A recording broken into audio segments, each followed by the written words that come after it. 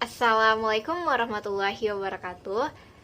Hai, kami dari kelompok 4, kelas A dan 4 Akuntansi Politeknik Negeri Padang. Pada video kali ini, kami akan membahas salah satu topik pada mata kuliah Etika Bisnis dan Profesi.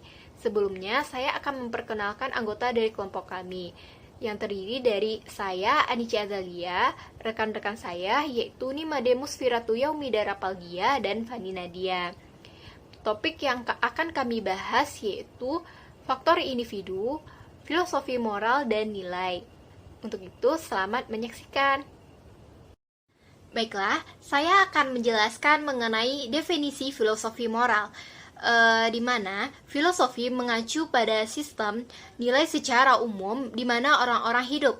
Sedangkan filosofi moral merupakan prinsip-prinsip atau nilai-nilai yang dimiliki oleh seseorang untuk memutuskan apa yang benar dan apa yang salah.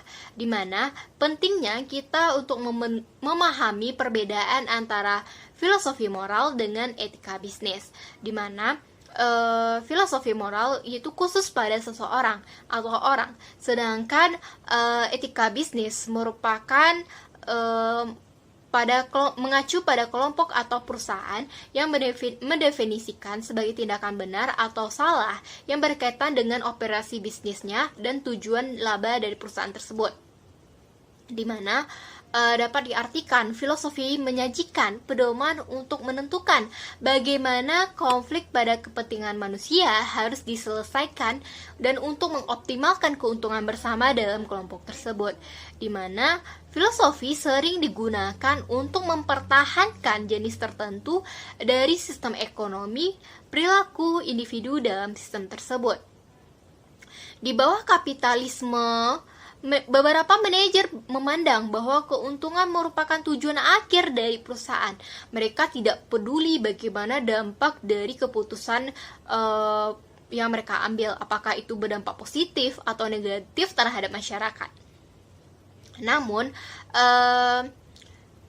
pasar akan memberikan imbalan atau menghukum perusahaan ketika perilaku tidak etis tanpa perlunya peraturan pemerintah di wilayah tersebut. Jadi, kapitalisme tipe Friedman merupakan suatu hal yang dominan dan paling luas dari sistem ekonomi yang diterima yang menciptakan masyarakat yang digerakkan oleh pasar oleh seluruh dunia. Jadi, sistem ekonomi tidak hanya mengalokasikan sumber daya dan produk dalam masyarakat, tetapi juga mempengaruhi dan dipengaruhi oleh tindakan dan keyakinan individu dan masyarakat. Jadi, keberhasilan suatu sistem bergantung pada filosofi kerangka kerja dan individu dalam sistem yang memelihara filosofi moral yang mencantumkan orang dalam pasar yang kooperatif, efisien, dan produktif.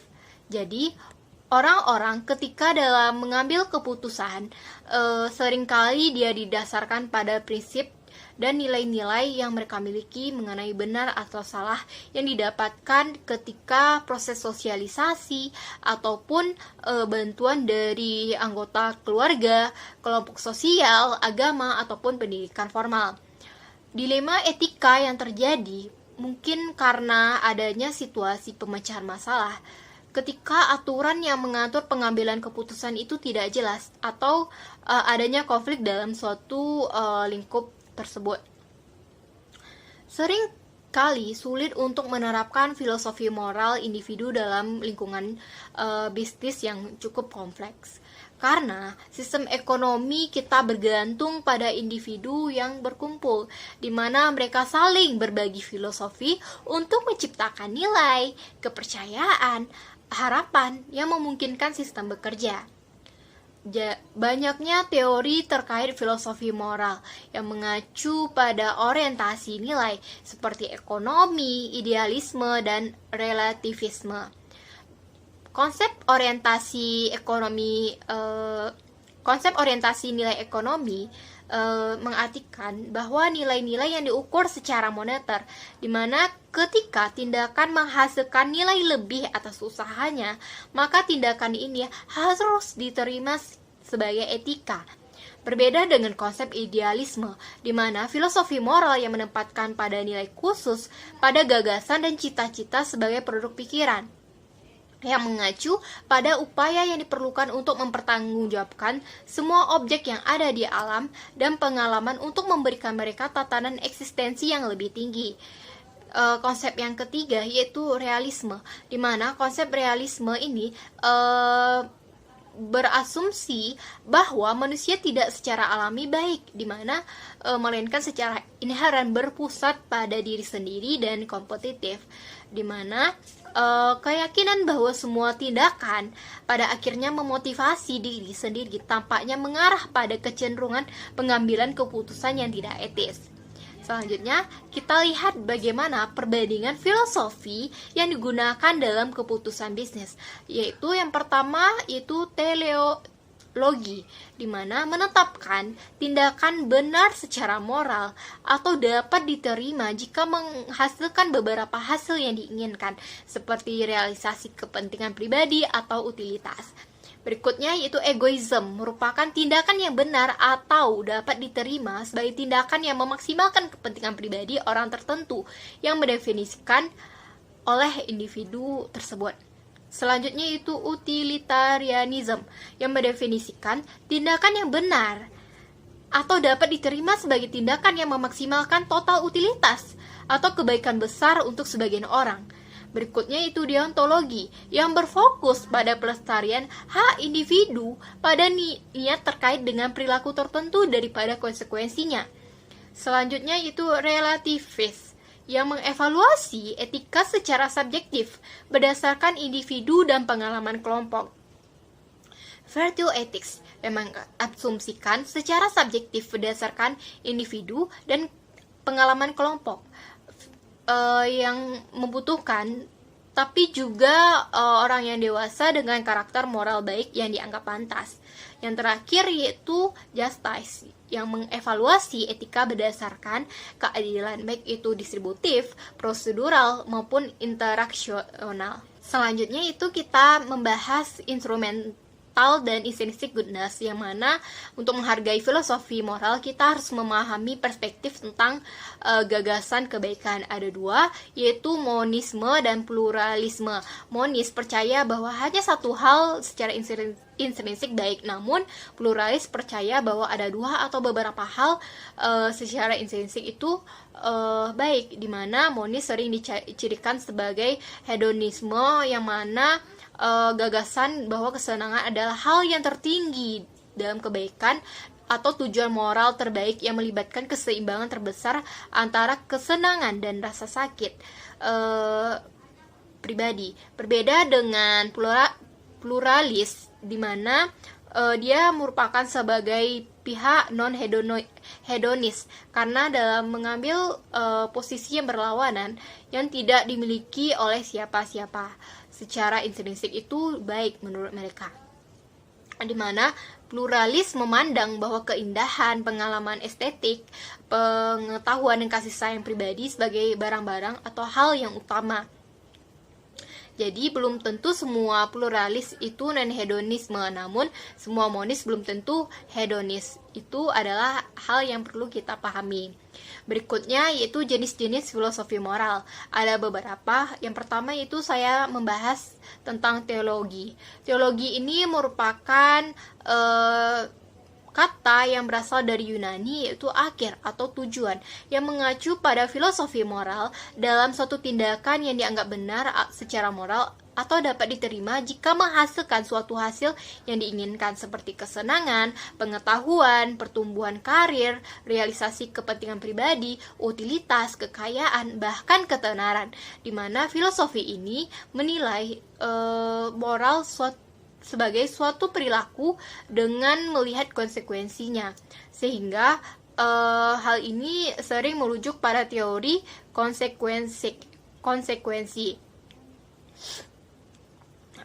Filosofi teologis ini ada dua, yaitu egoisme dan utilitarianisme. Egoisme mendefinisikan perilaku yang benar atau dapat diterima dalam kaitannya dengan konsekuensi bagi individu, di mana seorang egois yang percaya bahwa mereka harus membuat keputusan yang memaksimalkan kepentingan pribadi mereka, yang didefinisikan secara berbeda setiap individu.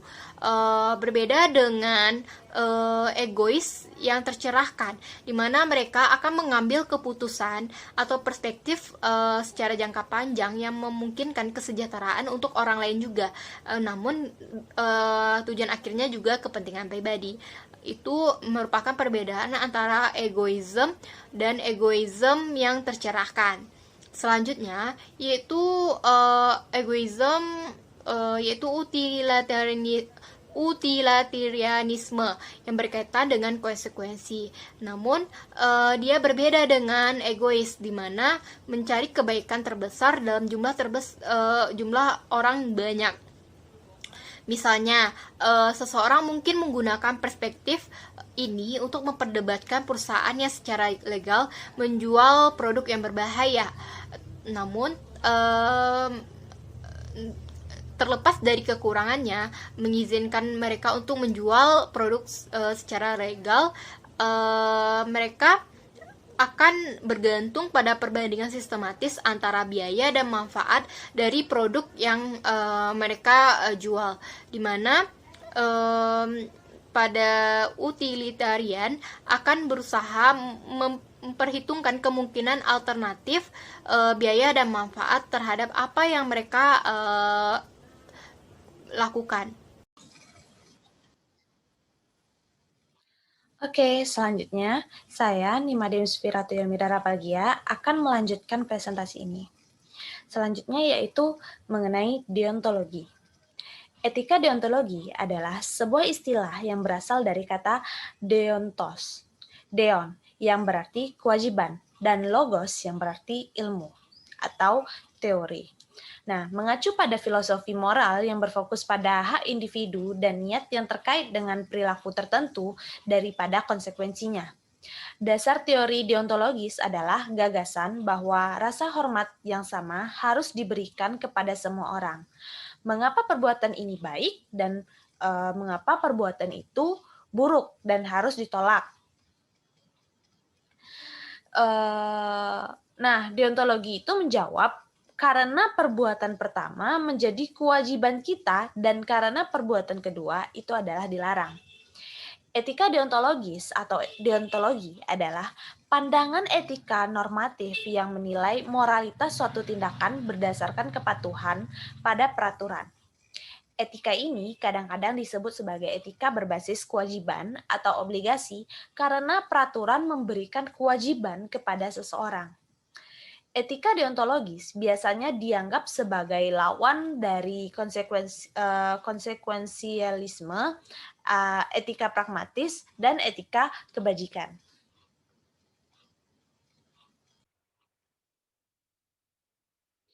Sejalan dengan itu, menurut etika deontologi, suatu tindakan dinilai baik atau buruk berdasarkan apakah tindakan itu sesuai atau tidak dengan kewajiban. Karena bagi etika deontologi, yang menjadi dasar baik buruknya perbuatan adalah kewajiban. Atau dengan kata lain, suatu tindakan dianggap baik karena tindakan itu memang baik pada dirinya sendiri, sehingga merupakan kewajiban yang harus kita lakukan. Sebaliknya, suatu tindakan itu dinilai buruk secara moral sehingga tidak menjadi kewajiban untuk kita melakukannya. Bersikap adil adalah tindakan yang baik dan sudah menjadi kewajiban kita untuk bertindak demikian. Sebaliknya, pelanggaran terhadap hak orang lain atau mencurangi orang lain adalah tindakan yang buruk pada dirinya sendiri sehingga wajib dihindari. Filsuf deontologis Opes menganggap perilaku tertentu sebagai hak inheren, dan penentuan kebenaran ini berfokus pada aktor individu, bukan pada masyarakat. Oleh karena itu, perspektif ini terkadang disebut sebagai non-konsekuensialisme, suatu sistem etika yang didasarkan pada penghormatan terhadap orang lain. Deontologi kontemporer sangat dipengaruhi oleh filsuf Jerman yang bernama Immanuel Kant, yang mengembangkan apa yang disebut sebagai imperatif kategoris. Dan di imperatif kategoris ini dia mengatakan bahwa bertindaklah hanya sesuai dengan maksim atau prinsip subjektif yang melalui keinginan Anda sendiri dapat dijadikan sebagai sebuah hukum alam yang universal. Misalnya, dalam kasus keinginan berderma kepada seseorang atau tetangga yang tidak dipedulikan oleh orang lain, kita bertanya apakah kehendak maksim untuk berderma itu bisa dijadikan hukum universal atau tidak.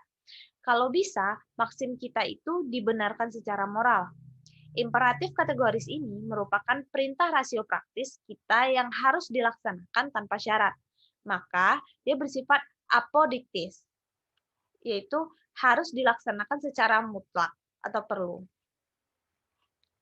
Masalah yang lalu dilihat oleh Immanuel Kant adalah apakah mungkin ada sebuah imperatif a priori murni yang dilakukan tanpa tujuan tertentu? Bagaimana mungkin ada sebuah kehendak pada dirinya tanpa tujuan? Karena itu, kan Immanuel Kant bicara tentang tujuan yang mendasari imperatif kategori. Tujuan ini pun harus mutlak, universal, dan tidak dimuati oleh hasrat-hasrat subjektif. Menurut Immanuel Kant, tujuan macam ini adalah manusiawi. Makhluk manusiawi karena manusia itu sebagai makhluk yang rasional. Manusia bukanlah sarana, melainkan tujuan. Jadi, seperti halnya tujuan-tujuan subjektif mendasari imperatif hipotesis, manusia sebagai tujuan objektif mendasari imperatif kategoris. Tujuan objektif itu dirumuskan dalam perintah praktis. Bertindaklah sedemikian rupa sehingga Anda selalu memperlakukan umat manusia entah di dalam pribadi Anda maupun di dalam pribadi setiap orang lain sekaligus tujuan, bukan sebagai sarana belaka. Nah, dalam menerima imperatif ini, kita sangat ditentukan oleh diri kita sendiri, karena kita tidak hanya menentukan tindakan kita secara bebas, seperti yang Immanuel Kant percaya pada manusia dalam semua istilah bakat-bakat pilihan. Kita juga menerima sebuah prinsip yang isinya ditentukan oleh apa yang penting bagi kita sebagai pelaku, yaitu rasional praktis kita. Dengan demikian, kita mengikuti hukum kita sendiri dan karenanya memiliki otonomi saat kita menerima imperatif kategoris.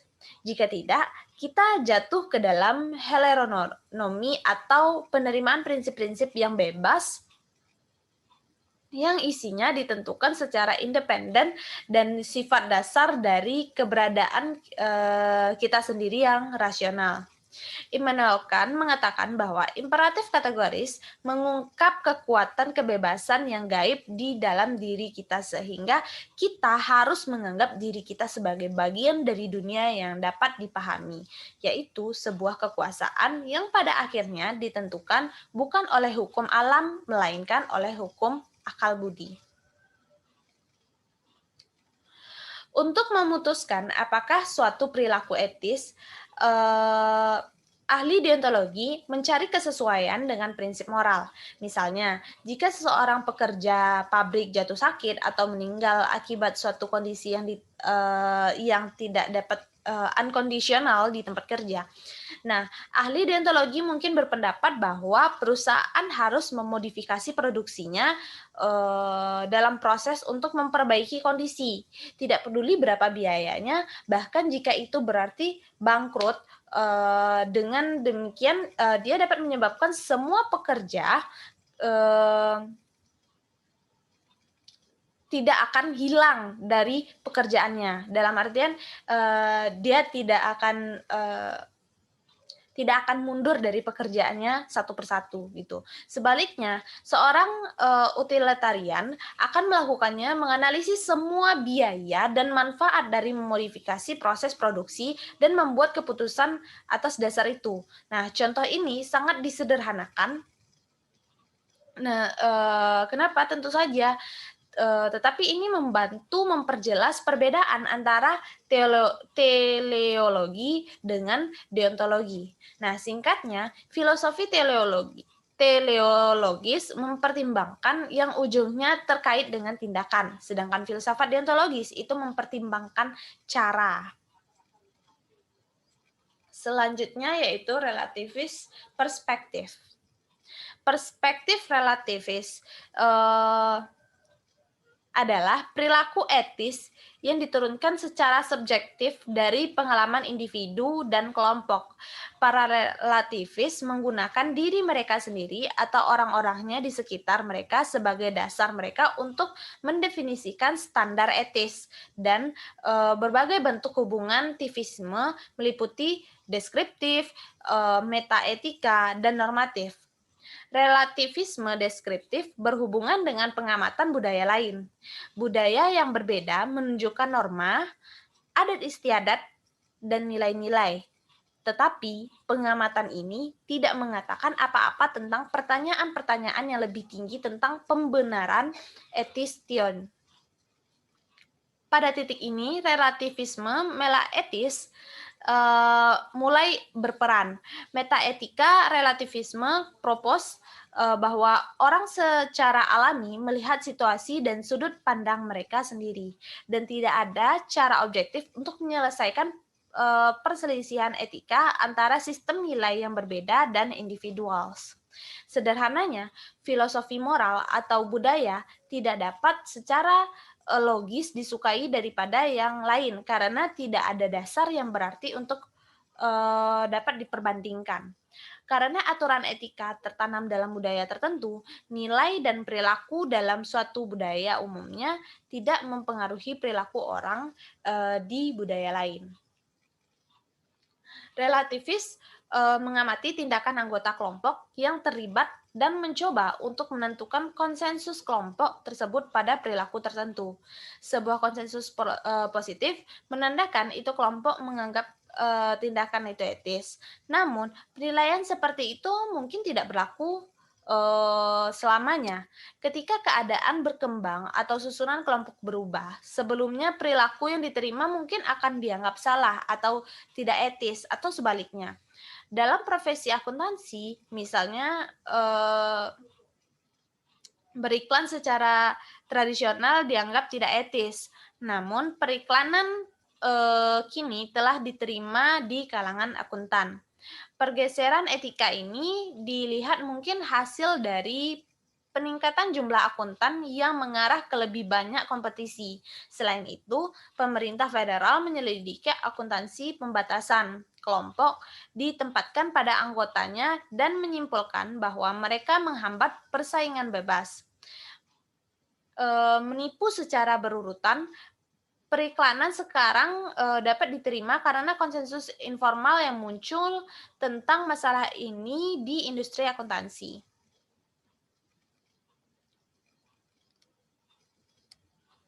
Selanjutnya yaitu etika moralitas.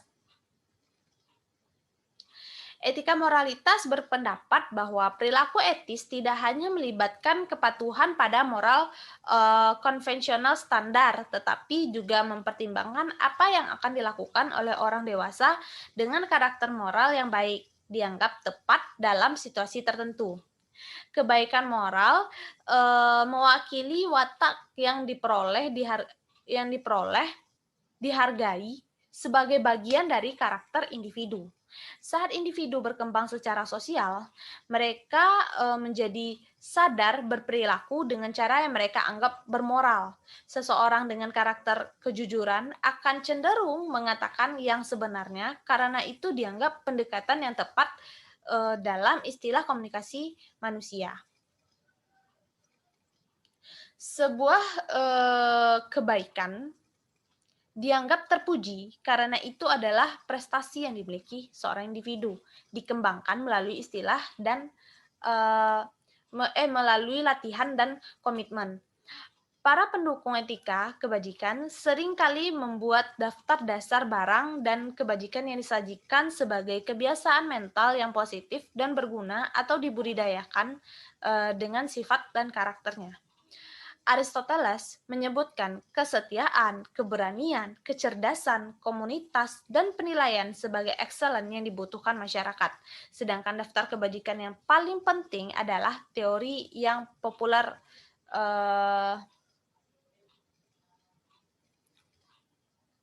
kebajikan yang filsuf John Dewey memperingatkan bahwa kebajikan tidak boleh dilihat secara terpisah dan menunjukkan bahwa memeriksa interaksi antara kebajikan sebenarnya memberikan ide terbaik dari integritas karakter seseorang. Pendekatan etika kebajikan dalam bisnis dapat diringkas sebagai berikut. Yang pertama, program etika perusahaan yang baik mendorong kebajikan dan integritas individu. Yang kedua, melalui peran karyawan dalam masyarakat organisasi, kebajikan tersebut membentuk orang yang baik. Yang ketiga, tujuan akhir seorang individu adalah untuk melayani tuntutan masyarakat dan kepentingan umum dan dihargai dalam karirnya. Yang keempat, kesejahteraan komunitas sejalan dengan keunggulan individu. Perbedaan antara deontologi, teleologi, dan etika kebajikan adalah yang pertama diterapkan secara deduktif pada masalah, sedangkan etika kebajikan diterapkan secara induktif. Kebajikan etik mengasumsikan aturan moral masyarakat membentuk fondasi kebajikan. Politik, sosial, dan sistem ekonomi bergantung kepada keberadaan kebajikan tertentu di antara warga negara untuk berfungsi dengan sukses. Ahli etika kebajikan percaya bahwa ekonomi pasar yang sukses bergantung pada institusi sosial seperti keluarga, sekolah, gereja, dan komunitas yang di mana kebajikan bisa berada di yang mana kebajikan itu dapat dipelihara, termasuk kebajikan seperti kejujuran, kepercayaan, toleransi, dan menciptakan kewajiban yang memungkinkan untuk dilakukannya kerjasama. Dalam ekonomi pasar yang didasarkan pada kebajikan, individu memiliki insentif yang kuat untuk menyesuaikan diri dengan standar perilaku yang berlaku. Selanjutnya yaitu justice atau keadilan. Keadilan adalah perlakuan yang adil dan imbalan yang pantas sesuai dengan standar etika atau hukum, termasuk disposisi untuk menangani ketidakadilan yang dirasakan oleh orang lain. Keadilan situasisasi yang didasarkan pada hak-hak individu dan niat masyarakat terlibat dalam interaksi bisnis. Dengan kata lain, keadilan berkaitan dengan masalah apa yang individu rasakan dia berhak untuk mendapatkan atas kinerja yang dilakukannya di tempat kerja.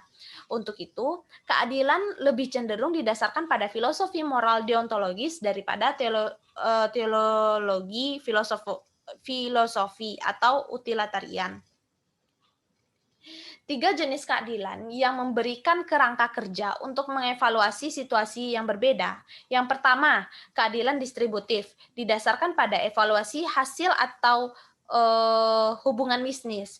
Jika beberapa karyawan merasa bahwa mereka dibayar lebih rendah daripada rekan kerja mereka untuk pekerjaan yang sama, mereka memiliki perhatian tentang keadilan distributif.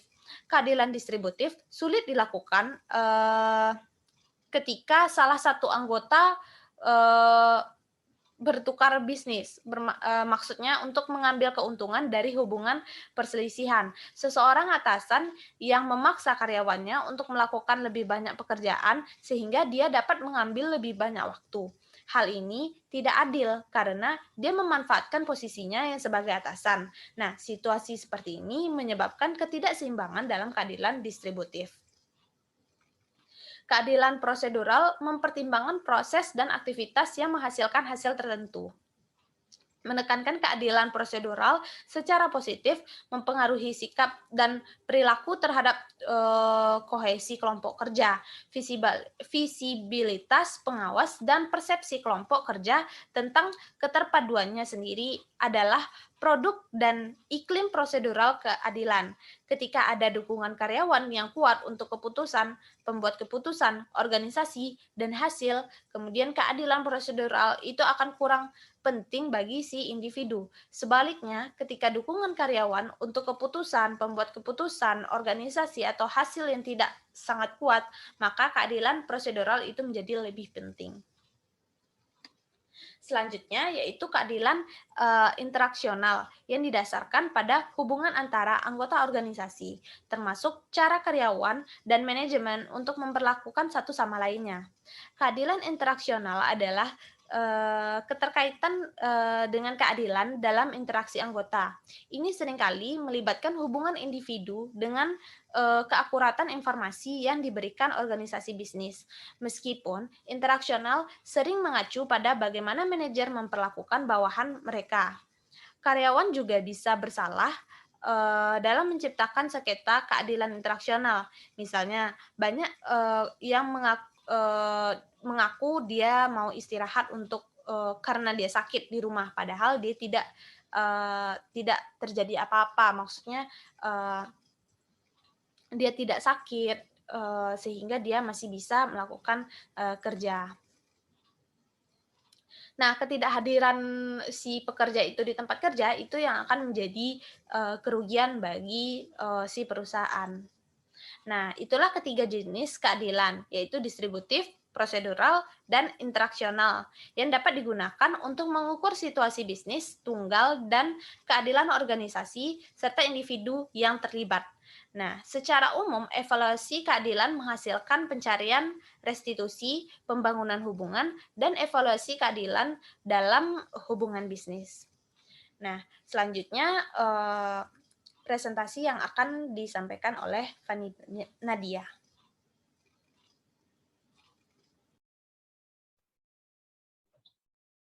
Nah, selanjutnya kita masuk ke applying moral philosophy to ethical decision making atau penerapan filosofi moral terhadap pengambilan keputusan etis.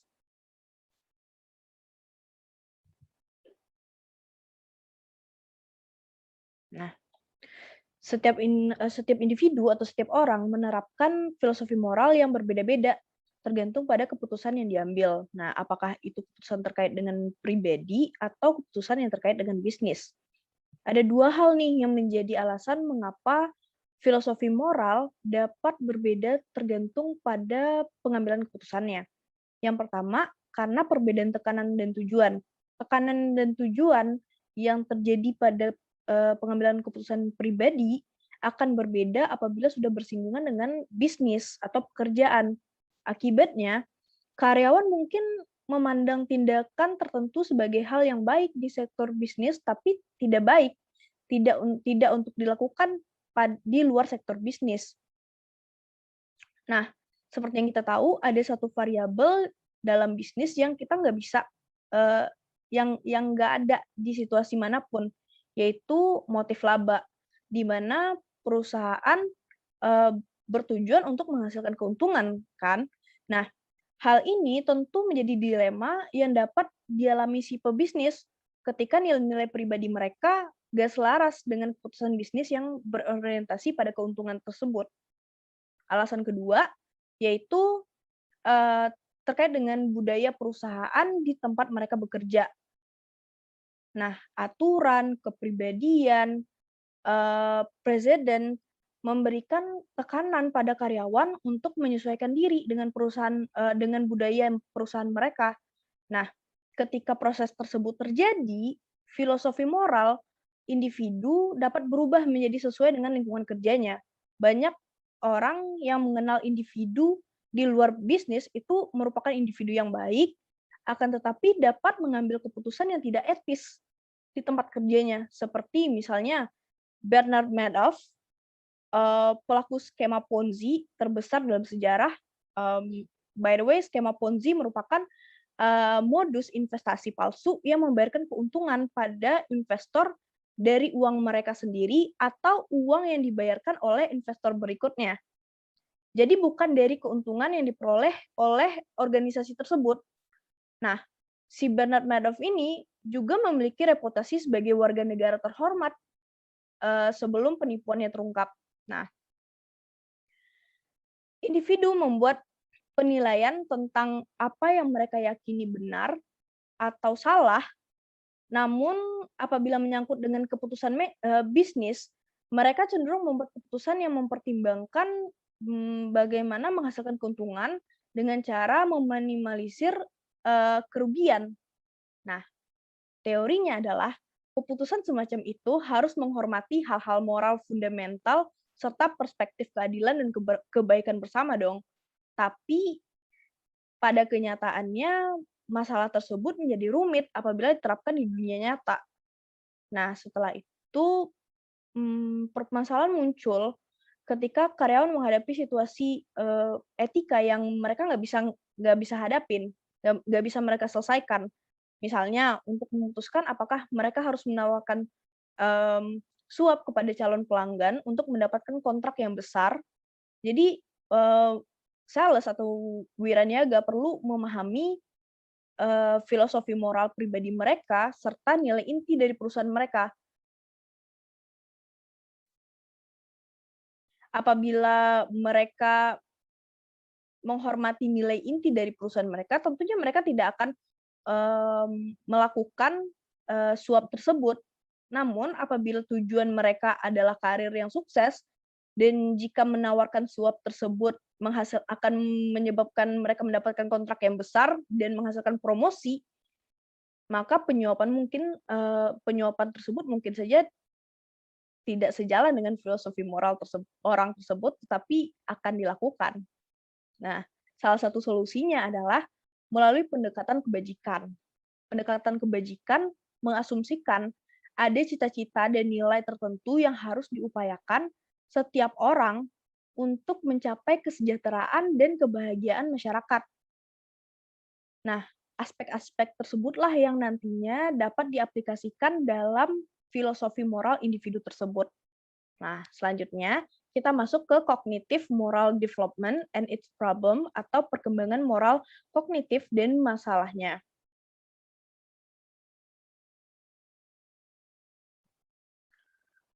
Nah, psikolog yang bernama Lawrence Kohlberg itu mengembangkan 6 model yaitu 6 tahap perkembangan kognitif. Nah, menurut model perkembangan kognitif ini, orang membuat keputusan yang berbeda dalam situasi etika yang sama karena mereka berada dalam tahap perkembangan moral yang berbeda-beda. Nah, si 6 tahap ini adalah sebagai berikut yang bisa teman-teman lihat di slideshow-nya. Yaitu yang pertama, the stage of punishment and obedience. Nah, di mana pada tahap ini individu merespon aturan dan memberikan label entah itu baik atau buruk dalam kaitannya dengan kekuatan fisik dari yang menentukan aturan tersebut. Seperti misalnya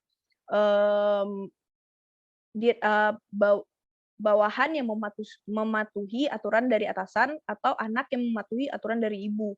Contoh lainnya yaitu contoh kasusnya beberapa perusahaan melarang pembeli menerima hadiah dari tenaga penjual atau sales. Nah, pembeli di tahap ini mungkin membenarkan penolakan untuk menerima hadiah dari staf penjualan apabila mengacu pada aturan perusahaan. Nah, namun apabila hal tersebut tidak diketahui oleh perusahaan, maksudnya tidak ada peluang untuk ditangkap dan dihukum, maka mungkin saja pembeli akan menerimanya. Jadi perkembangan kognitif moral pada tahap ini tuh bukan tergantung pada individunya, melainkan pada aturan yang berlaku, siapa yang buat aturannya. Nah, yang kedua yaitu the stage of individual, instrumental, purpose, and exchange. Nah, dalam tahap ini, individu tidak lagi membuat keputusan moral semata-mata atas dasar aturan atau figur otoritas tertentu saja. Jadi mereka mulai menilai nih perilaku atas dasar keadilan bagi si individu tersebut. Jadi ada untungnya apa untuk saya, kayak gitu. Jadi contohnya perwakilan penjualan di tahap 2 melakukan bisnis untuk pertama kalinya di negara asing. Nah, eee, mereka mungkin diharapkan, dibiasakan oleh kebiasaan untuk memberi hadiah kepada pelanggannya, sementara di aturan Amerika sendiri, itu tidak diperbolehkan untuk memberikan hadiah kepada pelanggan.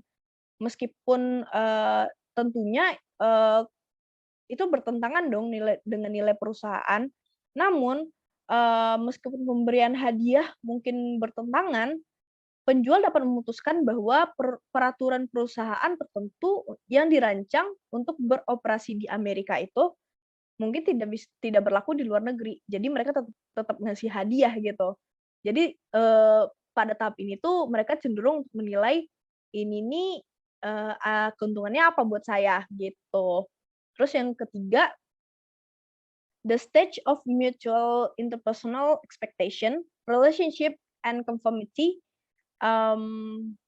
Pada tahap ini tuh, mereka lebih mengutamakan kepentingan orang lain daripada kepentingan diri sendirinya, tapi tetap melihat, dari aturan-aturan yang ada.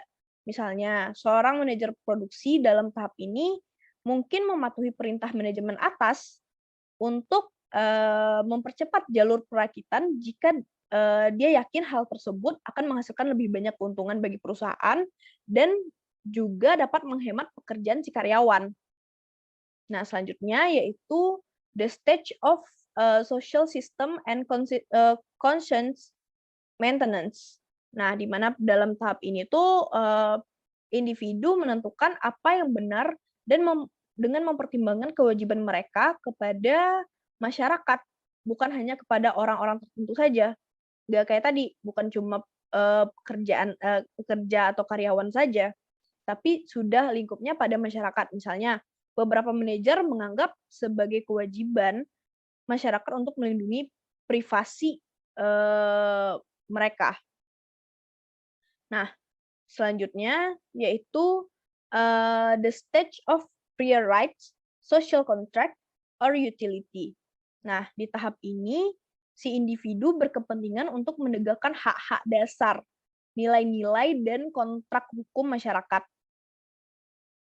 Nah, misalnya, direktur sebuah perusahaan atau pimpinan dari sebuah perusahaan dapat memutuskan untuk membuat program, etika karena program tersebut mungkin akan menjadi penyangga terhadap masalah hukum dan perusahaan yang dianggap, sebagai kontributor yang bertanggung jawab bagi masyarakat tersebut. Jadi, sudah membuat aturan nih, sudah sampai di tahap di mana seseorang, eee, menegakkan hak-hak dasarnya. Nah, yang keenam, the last stage yaitu, the stage of universal ethical principle. Nah, di mana individu dalam tahap ini, mereka percaya bahwa hak ditentukan oleh prinsip-prinsip etika universal yang harus diikuti oleh setiap orang. Nah, eee, keadilan dan kesetaraan itu merupakan contoh dari prinsip yang, oleh beberapa individu dan masyarakat dianggap universal. Nah, misalnya seorang pebisnis, di tahap ini mungkin berdebat untuk menghentikan produk yang telah menyebabkan kematian dan cedera karena hak hidup yang tidak dapat dicabut membuat pembunuhan menjadi salah, apapun alasannya. Nah, oleh karena itu, keuntungan perusahaan bukan lagi semata-mata, menjadi alasan yang dapat dibenarkan untuk, melanjutkan penjualan produk tersebut. Nah, berdasarkan 6 tahap tersebut, kita dapat, berfokus pada 3 tingkat etika. Yang pertama, seseorang prihatin dengan kepentingan, langsungnya sendiri dan dengan ganjaran pada hukuman eksternal. Nah, yang kedua, di tingkat yang kedua, mereka menyamakan hak dan kesesuaian dengan ekspektasi, perilaku baik dari masyarakat yang lebih luas.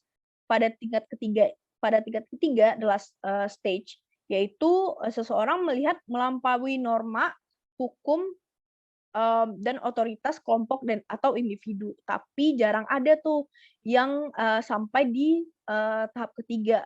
Alasannya seringkali ditemukan, karena kepentingan pribadi dan keegoisan.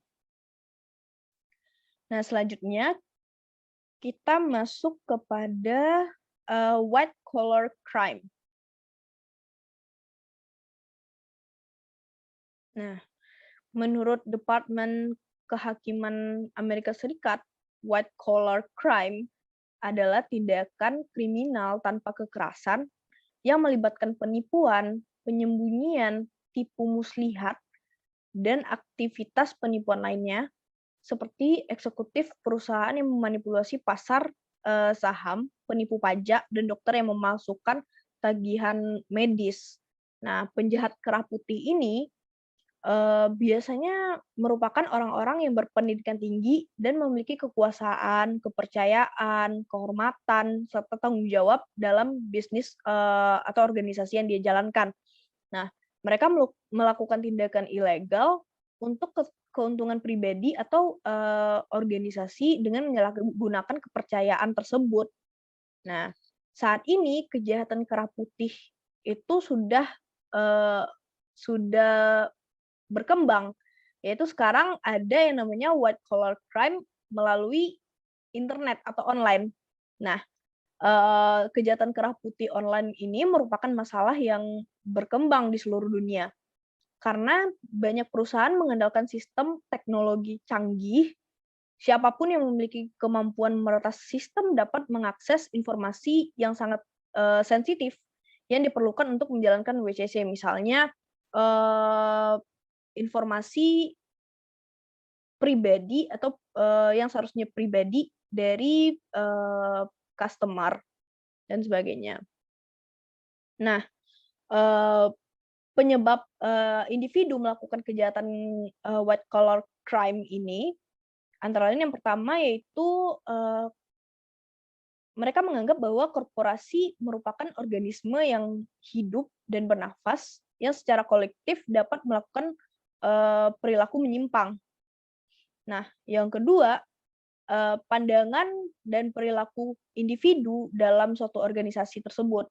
Nah, yang ketiga, white collar crime ini cenderung meningkat pada tahun-tahun setelah resesi ekonomi. Kenapa? Karena ketika perusahaan berhemat, iklim bisnis yang penuh tekanan dapat membuat, karyawan tersebut, menjadi marah dan memaksa orang lain untuk bertindak karena keputusasaan.